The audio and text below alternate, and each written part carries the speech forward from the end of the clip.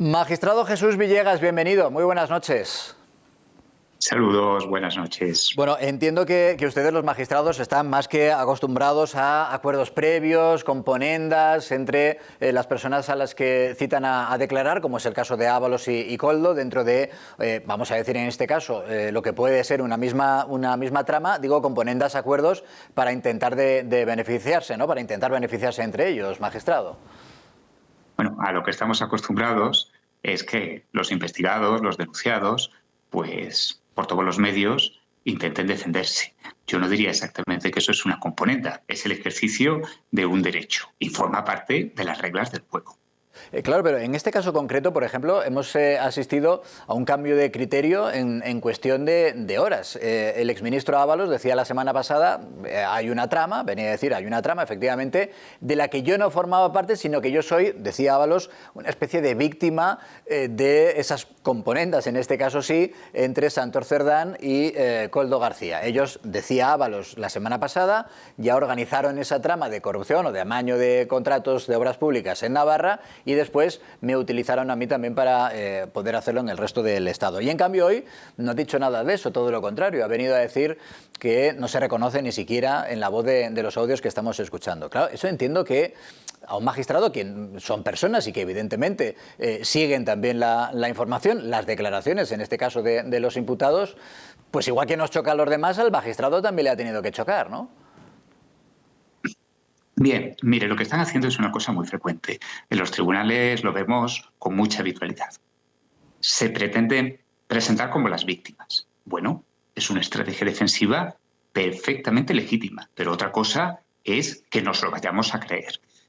El magistrado, en realidad cualquier persona que examine con objetividad un caso de estas características, valora la coherencia, la congruencia, que no incurran en contradicciones. Ellos, por supuesto, tienen derecho a decir lo que quieran, tienen derecho a contradecirse, pero obviamente eso debilita su credibilidad. Entiendo que lo que decimos de colaborar con la justicia de una persona imputada, entiendo que el primer paso es reconocer parte de los delitos, ¿no? Para obtener algún tipo de beneficio, me refiero.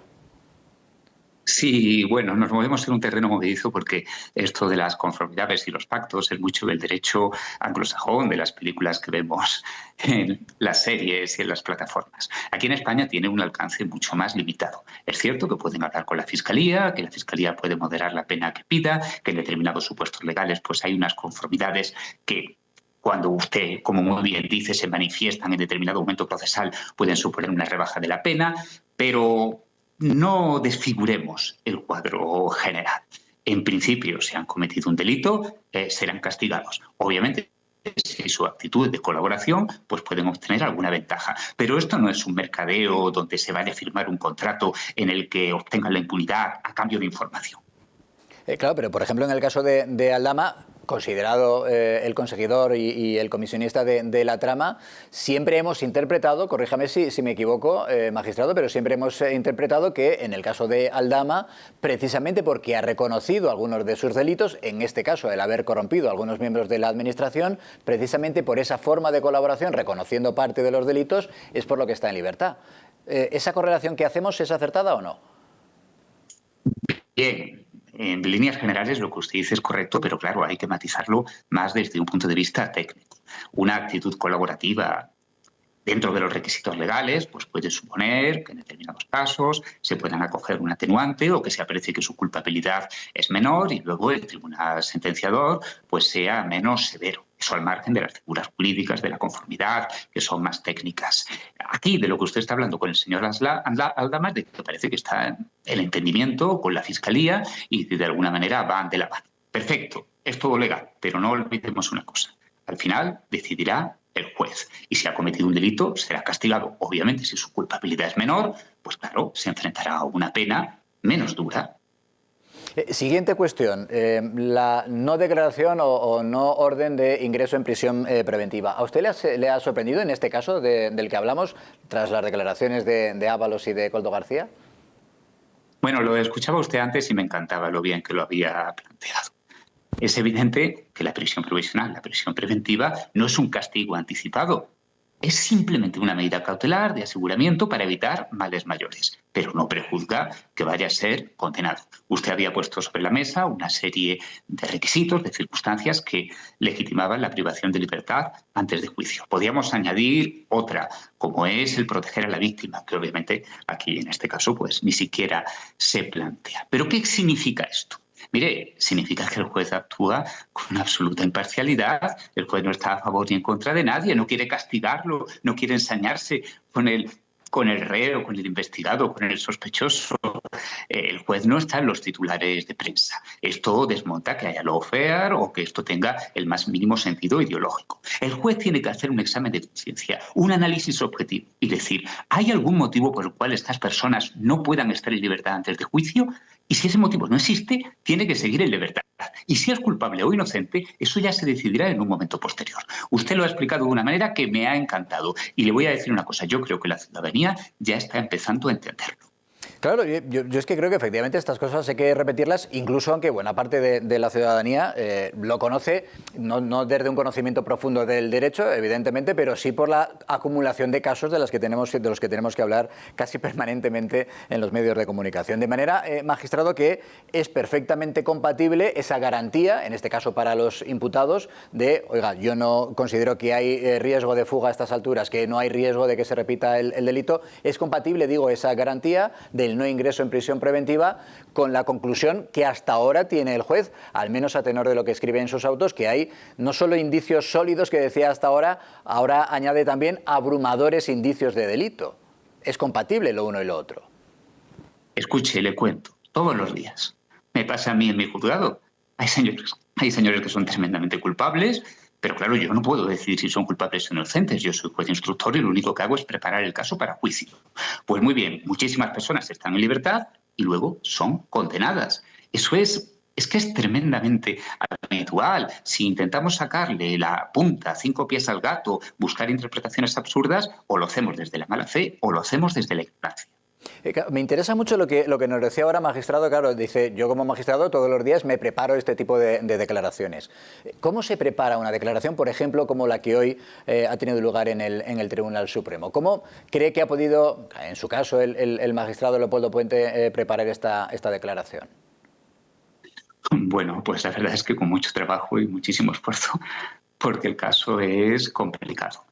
Mire, esto es una cosa muy poco glamurosa, pues. Nosotros tenemos los papeles sobre la mesa, los funcionarios nos van diciendo cuáles son las declaraciones, el calendario, lo vamos hablando con ellos, vamos haciendo un resumen, nos preparamos los autos, echamos un vistazo al expediente y cuando comienza el acto, pues se le informa de sus derechos, se le hace un resumen de los cargos que pesan contra su persona y se los deja hablar. Es una labor muy bonita, yo soy juez y me encanta, pero también tengo que decirle que es muy rutinaria, no es en absoluto algo excepcional. Y le digo a Santovy lo que usted comentaba antes, que no quiero que se me olvide. Imaginemos que el magistrado llega a su convicción de que efectivamente esta persona pues es inocente, no hay ningún indicio contra ella y no merece la pena mandarla a juicio porque va a ser absuelta. ¿Qué ocurriría en ese caso? ¿Cuál sería la solución legal? Pues muy bien, la solución legal es muy sencilla. Tendría que dictar un auto de sobreseimiento de archivo parcial con respecto a esa persona. Esa es la respuesta jurídica a una ausencia completa de indicios de criminalidad en esta fase procesal. Y no tiene nada que ver con que esté en libertad o con que esté en prisión. Una cosa más, magistrado, me da la sensación, esto sí que es una sensación personal, pero me da esa sensación de que al juez le ha molestado la táctica dilatoria o el intento de dilatar el procedimiento por parte de Koldo García. Koldo García ha pedido volver a aplazar su declaración, más tiempo para preparar su declaración, y el juez ha respondido de inmediato diciendo que si no se presentaba iba a tomar las medidas necesarias para que acudiera a declarar y que además este imputado no iba a marcar el calendario, la agenda del tribunal. Claro, entiendo que estas cosas molestan o pueden molestar al magistrado, ¿no? Bueno, sí, claro, pero esto también es mucho más normal de lo que parece. Los abogados piden suspensiones continuamente y continuamente se les deniegan si es que procede o continuamente se les concede. Hay también que quitarle hierro al asunto. De todas formas, mire, le voy a hacer una precisión legal que poca gente sabe, porque claro, no estamos hablando ante un grupo de juristas. Nuestro público no es académico, no es universitario, no pertenece a los tribunales. El hecho de que ahora este señor haya decidido permanecer en silencio y de que no se le haya suspendido la declaración tal como pedía, no lo perjudica en absoluto. ¿Por qué? Porque el artículo 400 de la Ley de Enjuiciamiento Criminal le permite volver a declarar cuando él quiera. No digo el día que él quiera, pero que cuando él se lo pida al juez, el juez está obligado a volver a tomarle declaración. Miren, nuestro ordenamiento jurídico es absolutamente fundamental que antes de ir al juicio al reo se lo oiga tantas veces cuantas sea necesaria. Al procesado, como decía nuestra ley, en su formulación más tradicional, al investigado, al denunciado, al sospechoso, como lo quieran llamar. Pero cuando contra una persona hay indicios, esa tiene derecho a que el juez lo oiga tantas veces cuando quiera. Que resulta que no es este día, sino que es otro. Pues mira, gajes del oficio, se cambia la agenda, se consulta, se ajustan los tiempos. De verdad, normalidad, absoluta normalidad. Lo veo todos los días en mi juzgado.